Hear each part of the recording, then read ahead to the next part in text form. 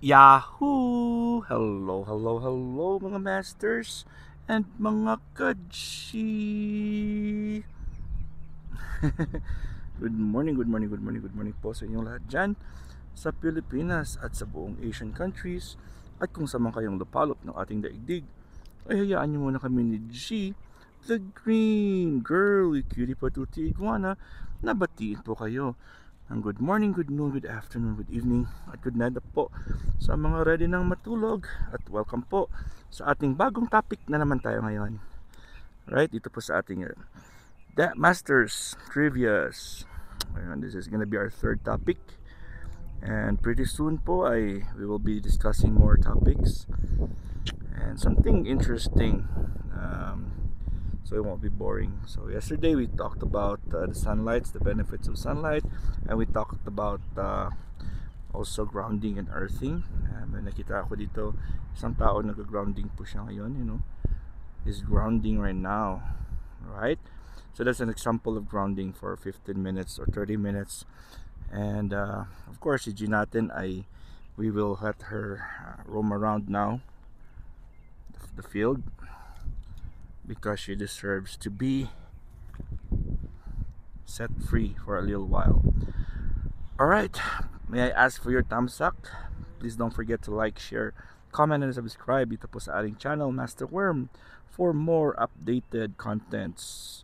Mas maganda talaga kung naka full bell kayo or naka all bell notification po kayo, so you will always be the first ones to get notified whenever I have new contents. So mga masters at mga ka-G, ang topic po natin ngayon is walking. Alright? So walking, ano ba yung mga benefits ng walking? Let's just make G walk for a little while. She can run if she wants. You can run if you want. There. So the benefit of walking every day offers numerous physical and mental benefits, okay, including improved cardiovascular health, weight management, reduced risk of chronic diseases, boosted immunity, and improved mood. So those are a few of the benefits of walking every day, mga masters. It also strengthens bones, muscles, and joints, enhances sleep, and can even boost creativity and cognitive function. So nag-i-improve po ito ng ating memory, nag-i-improve po ito ng ating intelligence, the way we think, the way we perceive things, ang mood natin. So who among you here get a chance to walk every day? Ang ganda ng ating araw ngayon, no? You could see it's the perfect way at time to walk and to stroll around, especially here, no, sa park na ito. It's really good. This is a beautiful day. And of course, the sunlight is up right here. Tatago po yung sunlight. Saan po yung sun? The sun is hiding behind. Dyan pala ang sun. Yan pala ang sun. Diba? Si G natin, nandyan si G. G has a lot of areas to walk to if she wants to walk. I just want to let her walk because our topic for today is about walking. So I have to let her walk. There it goes. Go G. You need to run. G needs to run, right? So here's more detailed looks at the benefit. Okay? So kailangan natin to, tingnan natin kung ano yung mga benefits ng walking. Cardiovascular health. So detailed na ito ha. Walking strengthens the heart, lowers the blood pressure, and improves circulation. Improve ito na circulation. Reducing the risk of heart disease, stroke, and high blood pressure. Okay, so kailangan nating maglakad-lakad, mga masters and mga ka-G. Number 2 is weight management. So paano siya nakakatulong sa weight management? Regular walking helps burn calories and excess body fat, contributing to weight loss and maintenance of healthy weight. Maintenance of healthy weight po, mga masters. So, diba? Ganda ng ating G ngayon. You know. Hi G, how are you today? You go. You wanna walk? I have to let you walk, okay? You go walk, you go walk. You go walk, G. Walk, walk, walk. There you go walk. Next is bone and muscle strength. Bone and muscle strength. Walking is a low impact exercise that strengthens bones and muscles, reducing the risk of osteoporosis and fractures. Walking, I'll try my best to walk every day. And start na ako ng magandang routine. And of course, not just routine, but once in a while, I'll try my best to play basketball as well. Make friends here and want to play basketball with other like kids. And there's only a few. Of course, the dads, the fathers are bringing their kids here in the park to play basketball. And most of the fathers here are like my age, bringing their other kids here. So I'm so happy that yesterday I also play basketball. So it's just a form of exercise. And walking as well. Walking din po ako before ako nag-start ng basketball. But I still have sore thighs and muscles. It's been a while I haven't played basketball, but I'll do my best to keep it regular. G, let's go. G natin. Ayan, mo. Alright. Next is improved sleep. Sino ba sa inyo dyan ang may problems at pagtulog? A daily walk can improve sleep quality, helping you fall asleep faster and stay asleep longer. So mas mabilis ka pa makatulog at mahaba-haba po yung quality ng iyong sleep din. So I also discussed before about the stages of sleep, na hindi lang po yung sleep lang itself.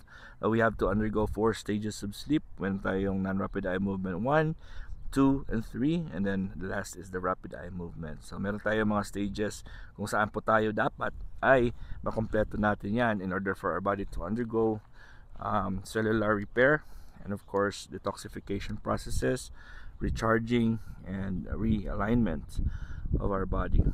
Diba? Ganda talaga ng ating araw ngayon, no? Very, very beautiful place here. One of my favorite areas that I hang out kung ako po ay free, diba? So lower blood sugar is another benefit of walking. Why? Walking can help lower blood sugar levels, which is beneficial for people with diabetes and those at risk of developing it.